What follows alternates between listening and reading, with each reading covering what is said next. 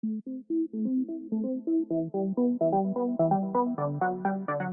you guys, Gregory Patterson here. These are my new absolute must-have obsession. So let's get started. First step is to divide and conquer hair. I like to think of two little doggy ears brought up into two Cinnabuns, secure with a clip. Starting in the back, we're going to take a section straight across the nape of the neck.